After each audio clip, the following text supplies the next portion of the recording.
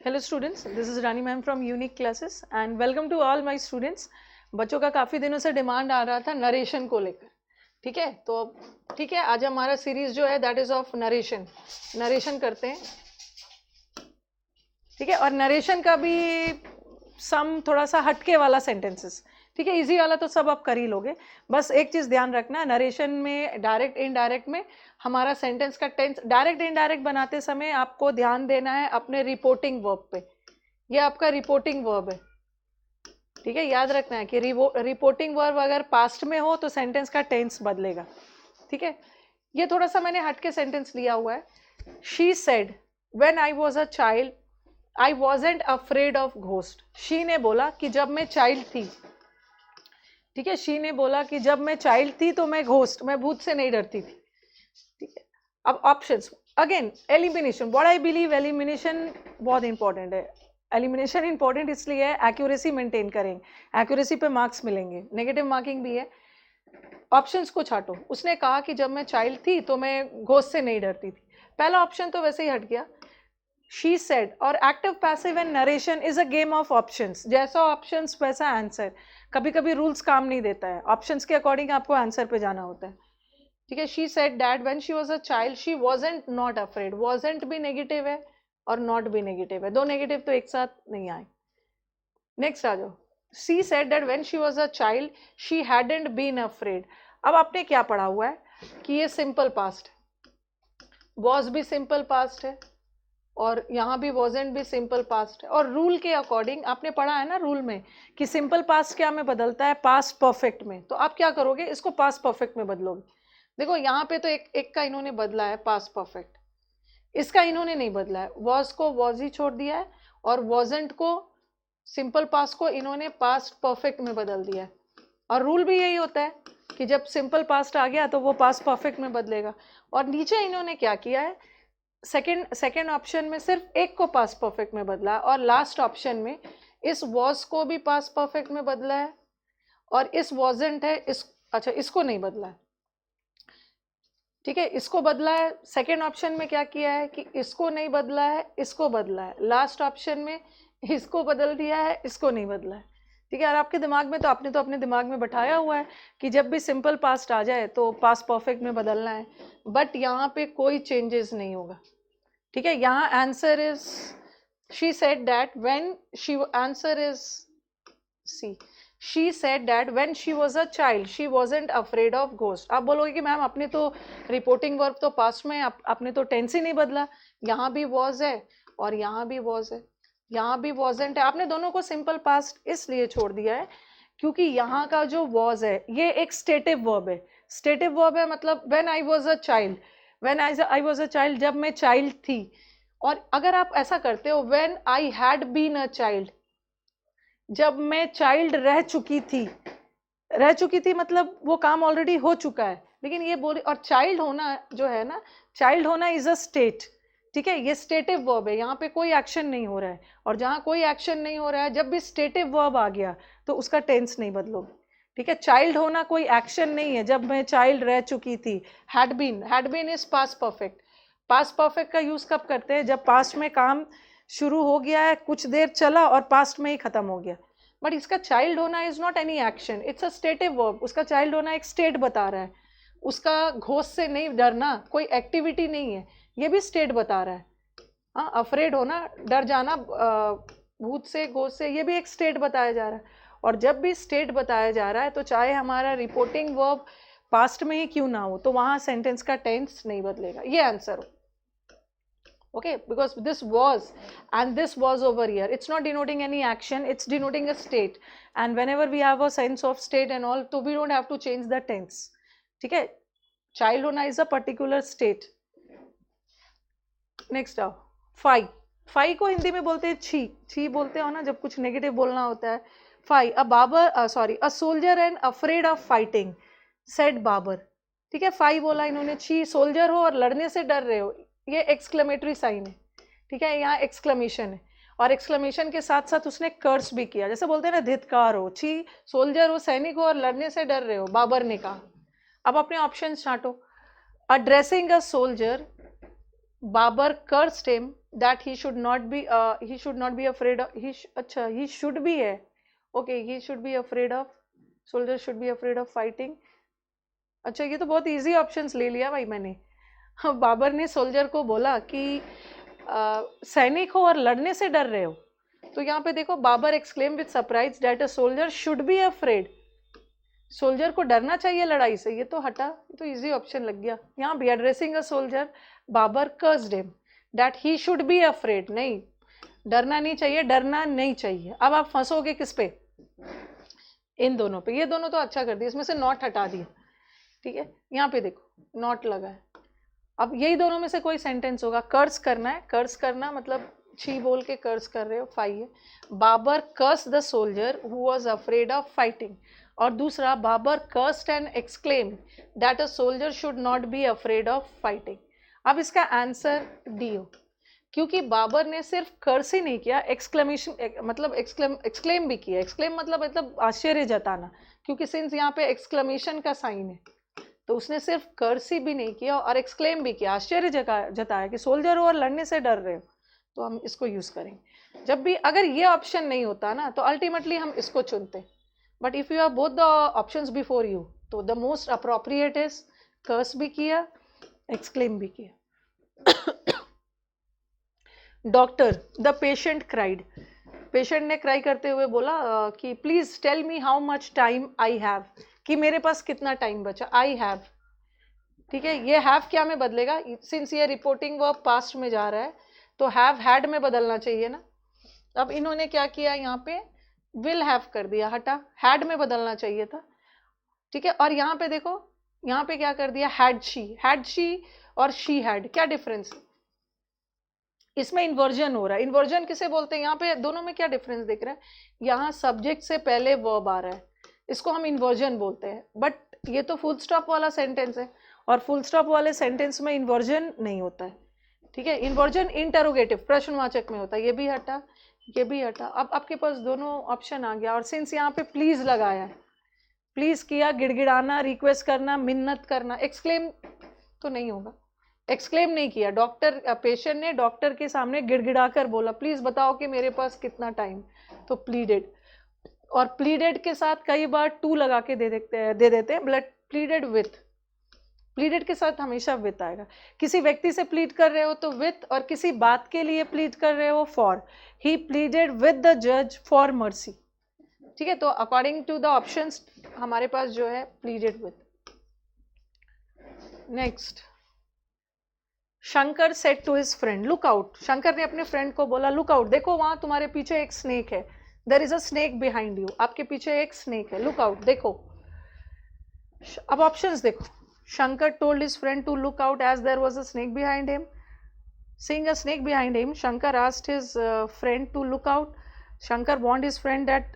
सारे ऑप्शंस आपको लगेंगे हो सकता है, but you have to choose the most appropriate, जो कॉन्टेक्स्ट को फिट कर रहा है. Shankar told to his friend. और देखो दो तीन चीज देखो, यहाँ पे लुक आउट वर्ड यूज किया है, और यहाँ पे लुक आउट वर्ड यूज नहीं किया है. यहाँ भी लुक आउट वर्ड यूज किया है. ठीक है, दो जगह लुक आउट, दो ऑप्शन में लुक आउट. लुक आउट मतलब देखो, देखो तुम्हारे पीछे स्नेक है, ये बोल के वो उसे क्या कर रहा है, सचेत कर रहा है, वॉर्न कर रहा है. दो ऑप्शन में लुक आउट है और दो ऑप्शन में लुक आउट नहीं है. अब आपको डिसाइड करना है कि ये जो लुक आउट है, जो एक्सक्लेमेशन के अंदर है, इसको यूज करोगे या नहीं करोगे. जैसे कई बार देखते हो ना एक्सक्लेमेटरी में, ah the man said, ah I am ruined, ah bravo. ठीक है, ये सारे वर्ड्स, हुर्रे, अल्लास, ये सब वर्ड से सिर्फ बताया जाता है कि उसने मतलब किस मूड में एक्सक्लेम किया. अगर दुख में एक्सक्लेम किया आ, ब्रावो तो खुशी में, शाबाशी में, हुर्रे भी शाबाशी में, अल्लास भी दुख में. तो ये सब वर्ड से सिर्फ हमें पता चलता है कि सेंटेंस का मूड क्या है. ये सब वर्ड को हम फिर से सेंटेंस में यूज नहीं करेंगे. तो लुक आउट को यूज नहीं करोगे आप. ओके, लुक आउट वाला हटाना, ये भी हटा लुक आउट वाला, ये भी लुक आउट वाला हटा. दो हट गया. या तो आंसर बी होगा या तो आंसर डी होगा. Shankar exclaim to his friend with surprise that there was a snake behind him. Shankar warned his friend. देखो द ऑप्शंस जो आपके पास बचा है बी और डी. बी और डी ऑप्शन बचा है, उसमें सबसे क्या है, शंकर ने यहाँ पे क्या किया, ठीक है, देखो देखो तुम्हारे पीछे स्नेक है, तो यहाँ पे उसने अपने दोस्त को एक्सक्लेम ना करके वॉर्न किया, पीछे देखो तुम्हारे पीछे एक स्नेक है, इसने सचेत किया, चेतावनी दी, वॉर्न किया, तो आंसर इज वॉर्न। सिर्फ एक्सक्लेम नहीं किया, एक्सक्लेम का मतलब तो सिर्फ सरप्राइज में एक्सक्लेम करना, बट इसने इसको वॉर्न भी किया। I said let Mohan do his worst he cannot harm me, मैंने बोला कि मोहन को वर्स्ट से वर्स्ट कर लेने दो, वो मेरा कुछ भी बिगाड़ नहीं सकता है। ठीक है, let Mohan do his worst, यहाँ सजेशन तो नहीं है ना, ठीक है, हम कई बार लेट से सजेशन भी देते हैं, जैसे मैंने बोला I said let's help the poor, let वाला सेंटेंस का मूड देख लेना, क्योंकि लेट परमिशन के लिए भी यूज होता है, सजेशन के लिए भी यूज होता है। लेट्स हेल्प द पुअर, मैंने कहा चलो गरीबों की मदद की जाए, तो यहाँ मैंने सजेशन दिया, बट यहाँ मोहन मेरा खराब से खराब कर ले बट वो मेरा कुछ भी बिगाड़ नहीं सकता, इज नॉट सजेस्टिंग, ये तो नहीं, ये भी नहीं होगा। नेक्स्ट देखो, I told if Mohan did his worst, मैंने बोला कि अगर मोहन मेरा वर्स्ट करता है, ही कुड नॉट हार्म मी, ये भी नहीं होगा, क्योंकि अगर का सेंस आ ही नहीं रहा है, यहाँ कंडीशन नहीं आ रहा है, ये बोल रहे हैं कि मोहन को वर्स्ट से वर्स्ट कर लेने दो, वो मेरा कुछ भी नहीं कर सकता है, यहाँ कंडीशन नहीं रखा, अगर मोहन वर्स्ट करता है, ये तो बोल रहा है करता है नहीं, करो मोहन वर्स्ट, लेकिन आप मेरा कुछ भी बिगाड़ नहीं सकते, ये भी उसने डिक्लेयर करके बोला, और ये थोड़ा सा डिक्लेरेशन वाला मूड है,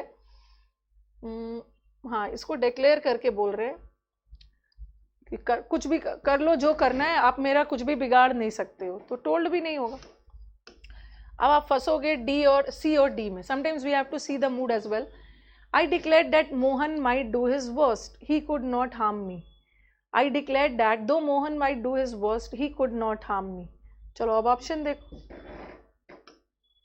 जो भी ऑप्शंस आपके पास अवेलेबल है, Mohan might do his worst, Mohan might मतलब कर भी सकता है, नहीं भी कर सकता है, ठीक है, लेकिन यहाँ पे देखो दो यद्यपि मोहन वर्स्ट से वर्स्ट कर ले, वो मेरा कुछ भी नहीं बिगाड़ सकता है, वैसे आपको लगेगा दोनों सही होना चाहिए, बट देखो अप्रोप्रिएट क्या है, लेट मोहन को वर्स्ट से वर्स्ट करने दो, वो मेरा कुछ नहीं बिगाड़ सकता है, यद्यपि मोहन में आपको लगेगा कि यहाँ पे तो दो वर्ड क्वेश्चन में नहीं है, तो यहाँ कैसे यूज करेंगे, हम कर सकते हैं, सेंटेंस के मूड को ध्यान में रखते हुए, आई डिक्लेयर दैट मोहन, मैंने डिक्लेयर किया Mohan might do his worst, Mohan worst कर सकता है, कर भी सकता है, नहीं भी कर सकता, वो मेरा हार्म नहीं कर सकता, ये नहीं होगा, answer is D. I declare that दो यद्यपि मोहन माइट डू, यद्यपि मोहन वर्स्ट से वर्स्ट कर ले, ठीक है, यद्यपि वाले सेंटेंस में एक पॉजिटिव जाएगा दूसरा नेगेटिव, बट वो मेरा कुछ भी बिगाड़ नहीं सकता, आंसर इज डी।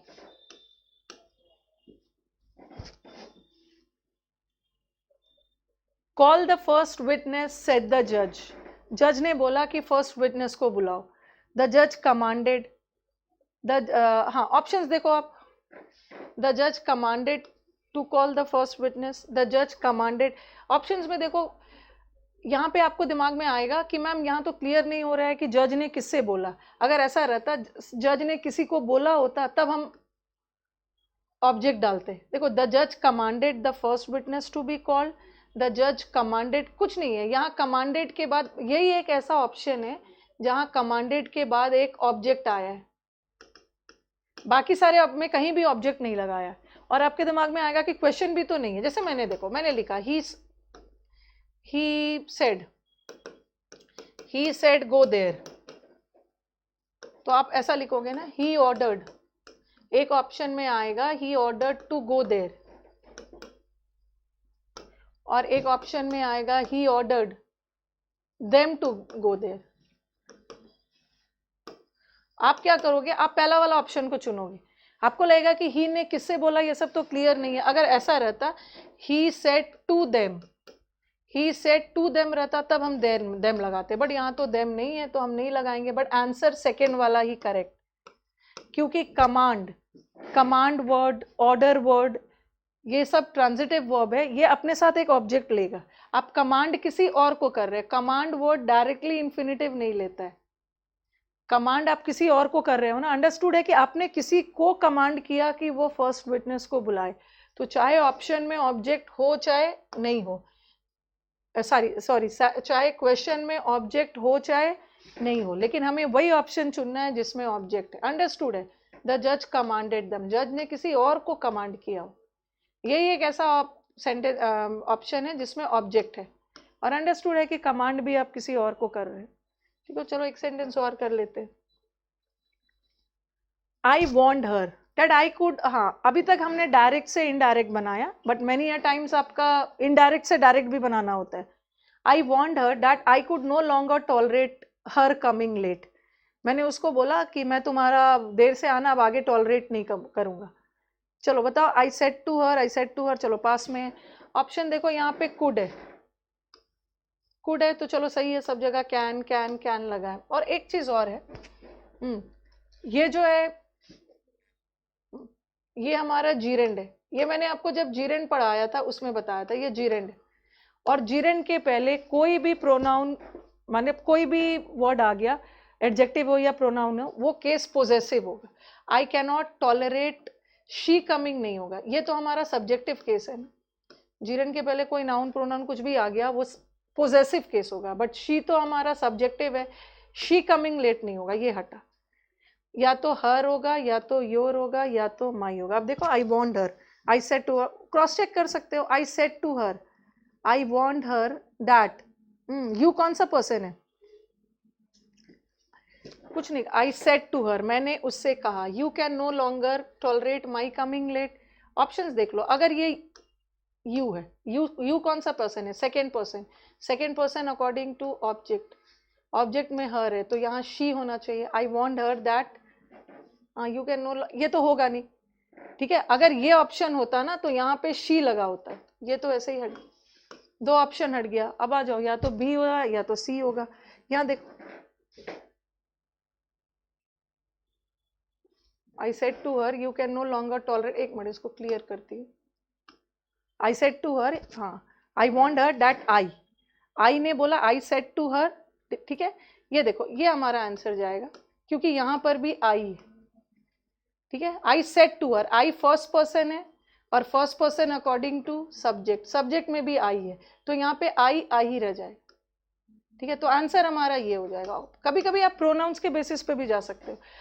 अगर ये ऑप्शन होता ना, ही थर्ड पर्सन है, थर्ड पर्सन में तो कोई चेंज नहीं होगा तो यहाँ पे ही रहता, आई सेड टू हर।